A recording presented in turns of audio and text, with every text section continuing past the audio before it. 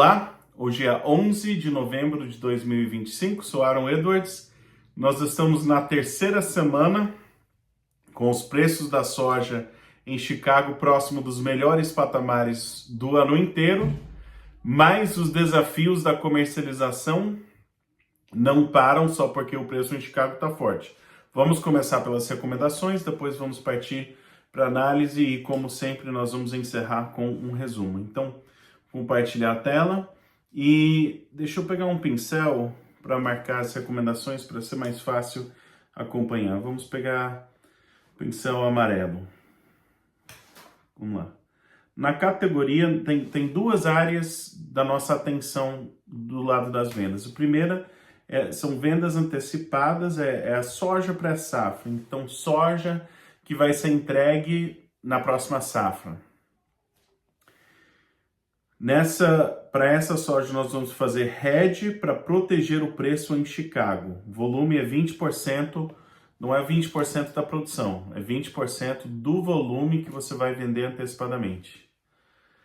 No mercado físico, essa semana nós não vamos fazer nada, mas no papel vai ser uma venda de soja na bolsa, contrato de janeiro, se for na B3, contrato de março ou maio, se for NDF. Por que março ou maio? Depende da sua região quando você vai estar colhendo. Então, case a NDF com quando você pretende ter a venda da soja. E outra estratégia, nós vamos focar na venda da entre-safra, soja pós-safra. Isso é soja que você tem disponível do ano passado. Safra 24-25, você armazenou, que ainda está disponível.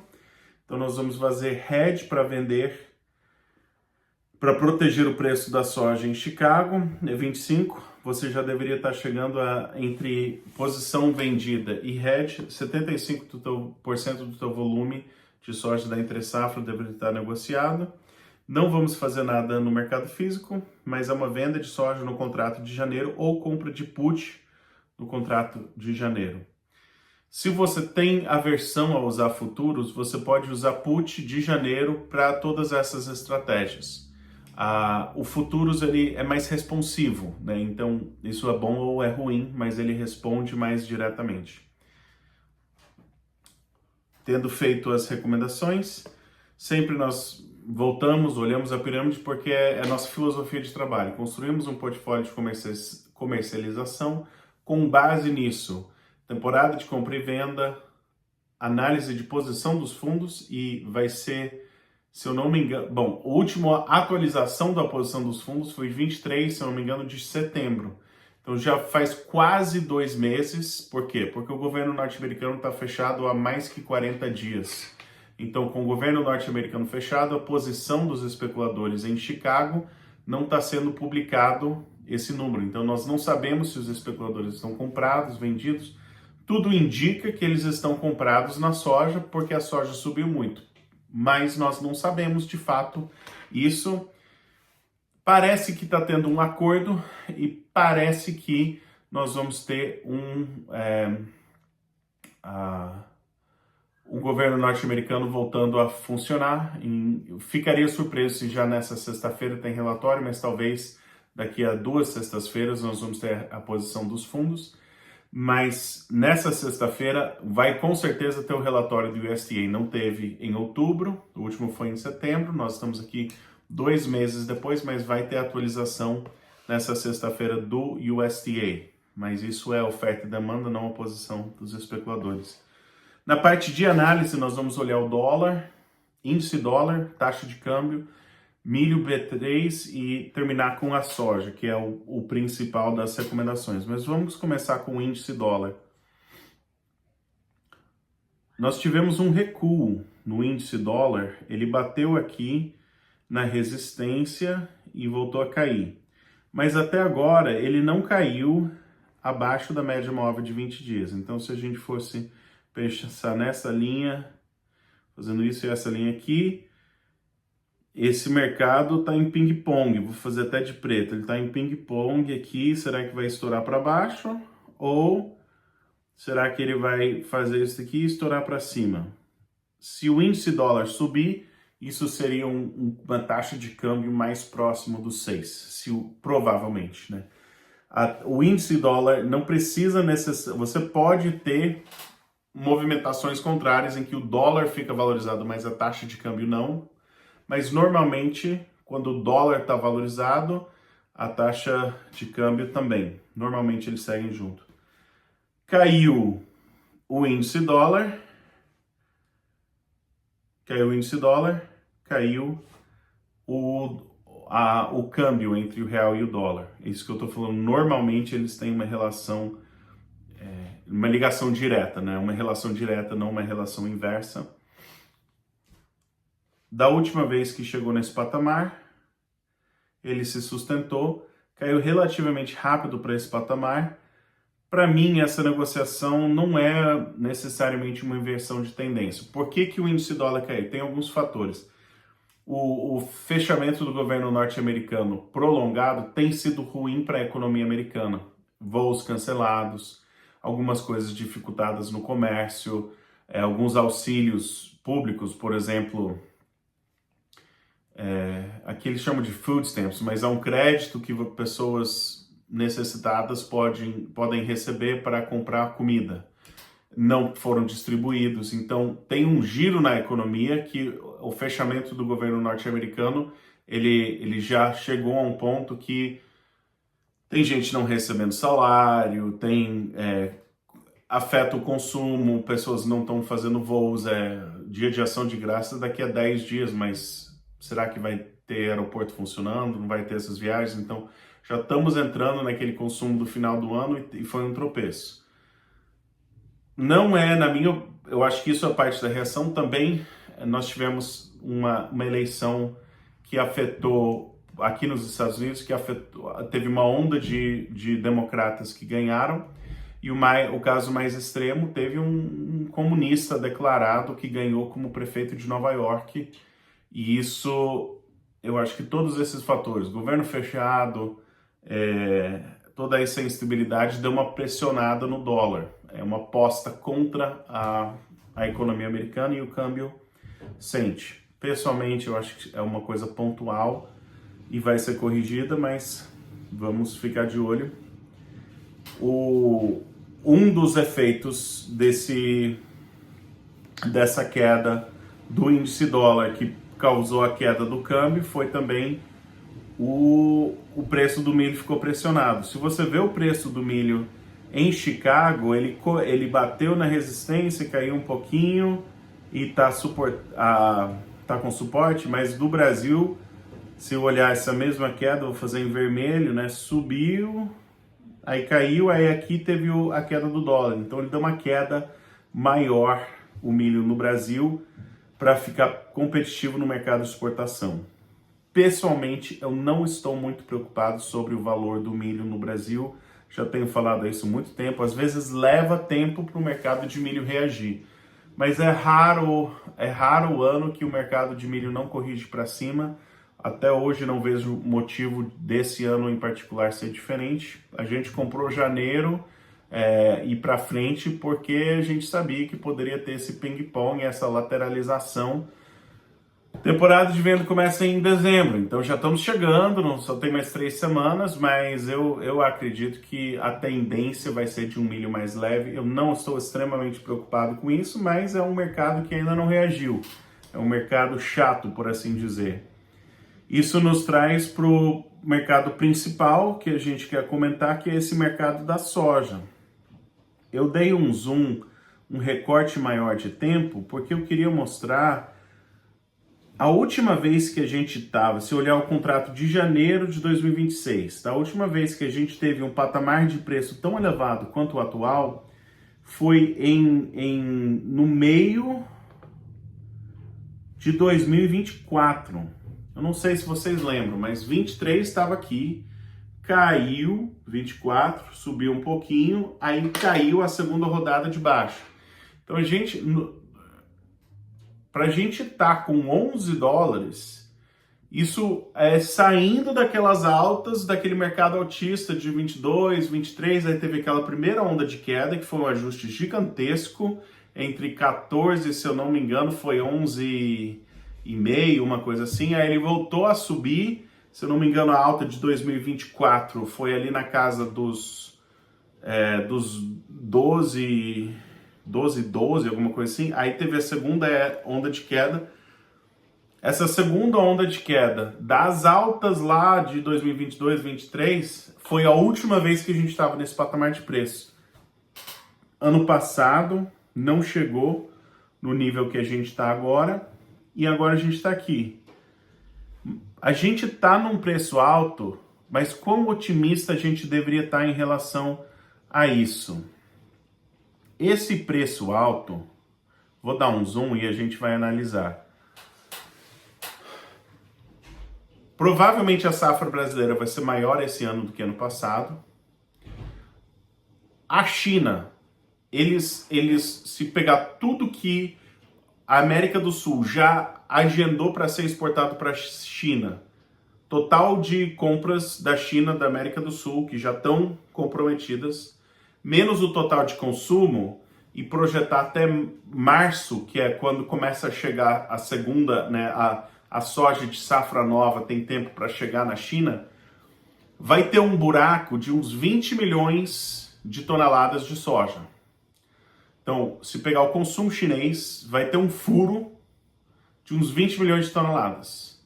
De cara, parece que o produtor norte-americano falando, agora é a minha vez, agora eu vou vender para a China, que eles vão precisar da minha soja. Qual que é o problema para o produtor? A China já está com 40 milhões de toneladas de soja.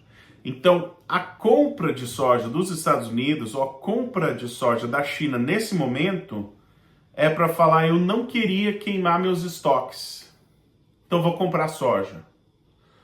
Então, o consumo fala teria que comprar uns 20 milhões de toneladas, mas tem os estoques, está com soja suficiente. O detalhe é se quer queimar essa reserva ou não. E por isso que a gente viu o prêmio da soja no Brasil absolutamente despencou. Por quê?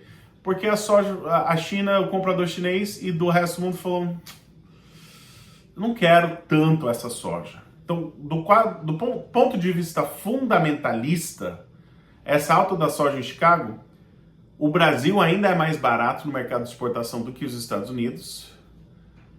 Tem relativamente pouca soja negociada para a próxima safra brasileira. E provavelmente vai ser a maior safra de soja da história, essa do Brasil. Então eu dei esse zoom porque eu queria mostrar alguns pontos muito interessantes. Vou até pegar uma ponta um pouco mais fina. Essa foi a alta da quarta-feira passada. Aí, essa foi a alta da quinta. Desenhar um pouco melhor. Essa foi a alta da quinta. Essa foi a alta de ontem. E essa foi a alta de hoje. Toda vez que a gente chega próximo das altas, recentemente, chega próximo do patamar mais alta, ninguém está falando, tá barato, vou comprar mais. Eles estão falando, estamos quase na alta, deixa eu sair de uma posição comprada. Ou, estamos quase na alta, deixa eu vender. Quando você tem esse padrão que as altas vão ficando progressivamente mais baixas, quando você tem esse padrão, normalmente é um mercado enfraquecendo. Aí vamos só falar alguns detalhes a mais. A gente deu zoom, vamos falar alguns detalhes a mais. O nível de suporte desse mercado, a média móvel de 20 dias, está subindo, porque a gente está mais alto. Só que, daqui a 3 pregões, 1, 2, 3, nós vamos ter o relatório do USDA. Normalmente, no relatório do USDA, o mercado gosta de estar na média móvel de 20 dias. Além disso, nós temos um gap que ficou aqui no mercado aqui embaixo. Eu acho que o mais provável é que a gente vai ter essa média móvel de 20 dias subindo. Em algum momento, algum patamar próximo aqui dos 11, nós vamos ter o relatório do USDA.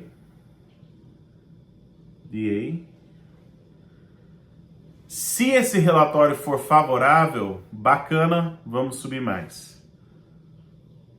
Se esse relatório não conseguir apoiar a soja no patamar mais alto do ano, num ano em que o Brasil vai ter mais soja e a China não precisa comprar soja dos Estados Unidos, ou seja, tem todo um quadro desenhando, se não conseguir sustentar essa alta, se fracassar,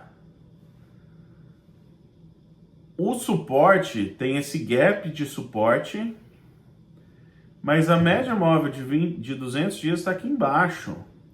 A gente poderia, na minha opinião, cair dos 11,25, por assim dizer, contrato de janeiro, até uns 10,50, que seria por aqui assim. Essa queda é 75 pontos. É uma queda brusca.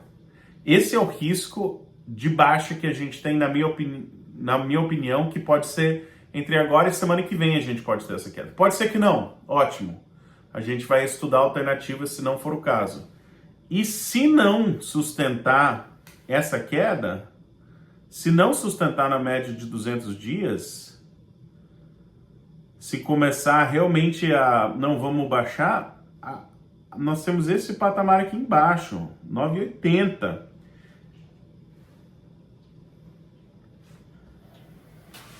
Se a soja for vamos fazer número arredondado aqui, vai de 11,25 para 9,75, a gente está falando aí de 150 pontos de queda. Não estou necessariamente falando que isso vai acontecer, mas eu tomaria cuidado em ficar muito otimista sobre as altas desse mercado. Um detalhe importante para a gente lembrar é que especulador ganha na oscilação. Isso é bom ou é ruim, tá? Mas subiu, se for para baixar, eles podem ganhar dinheiro nessa forte queda. Talvez ele nem segura nas baixas de 10 dólares, porque se o especulador está ganhando dinheiro vendendo, vende mais, vende mais, vende mais. Então não estou tentando falar alarmismo de nada, mas vamos só fazer cálculo aqui. A soja não está legal, beleza, mas está em 11,20. Se cair 150 pontos, não estou falando que vai acontecer, mas vamos fazer cálculo. Caiu 150 pontos. O que vai acontecer com o prêmio? Provavelmente vai melhorar pelo menos aí uns 50 pontos, alguma coisa assim, para a próxima safra. Vai dar uma reagida. Então, se a soja cair de 150 pontos, e o prêmio melhora 50 pontos, essa jogada de estar vendido soja e depois subir, talvez o preço em reais por saca não mude nada, mas o preço em dólar pode ser uma diferença de 2 dólares. É 20% a mais. Então, para mim, se tá com medo de vender soja, pelo menos compra um seguro de baixa, um cenário, pelo menos compra uma put. Meu receio, na realidade, é se a gente não deveria estar sendo mais agressivo ainda nas vendas. Mas a gente segue um método, inclusive para disciplinar as minhas opiniões. O importante é que a gente está caminhando com isso. A gente tem caminhado com vendas, a gente tem se posicionado. Então, vamos ao resumo para a gente chegar ao fim.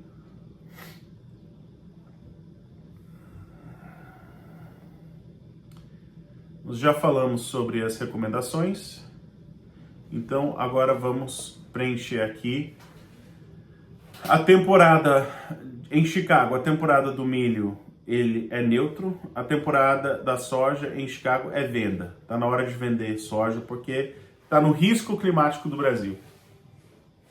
A tendência do milho em Chicago é tendência de alta, a soja em Chicago também tendência de alta. A temporada do milho no mercado físico brasileiro é neutro, da soja, venda. Temporada de venda. Comentários sobre bases.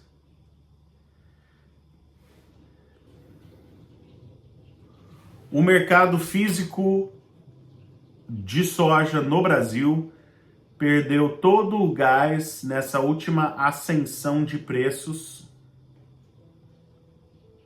em Chicago.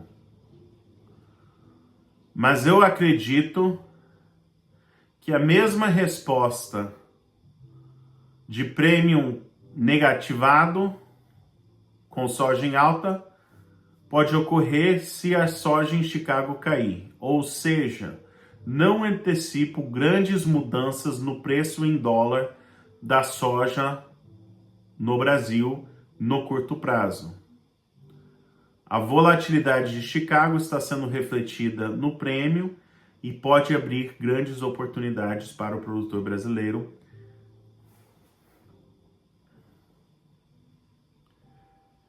O mercado de milho no Brasil continua lateralizado e sem graça.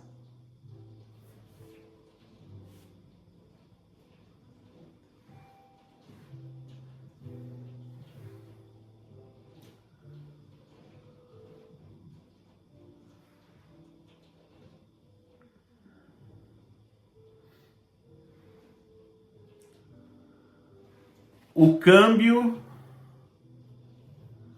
teve uma volta e testa as baixas recentes. Vamos ver se vai continuar em queda ou se vai dar meia volta desse patamar como foi da última vez.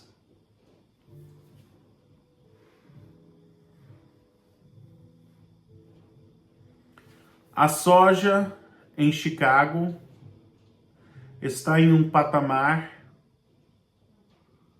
que para mim parece mais especulativo e eufórico do que bem fundamentado e racional.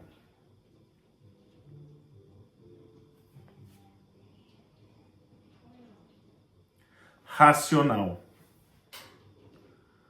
Desta forma, acredito que aproveitar a oportunidade atual para fazer vendas é um passo firme no sentido certo.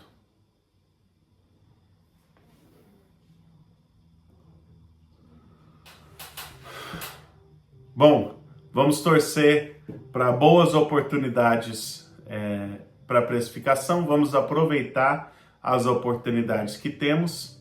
Ótimo resto do dia e resto da semana para vocês. Sexta-feira tem relatório do USDA.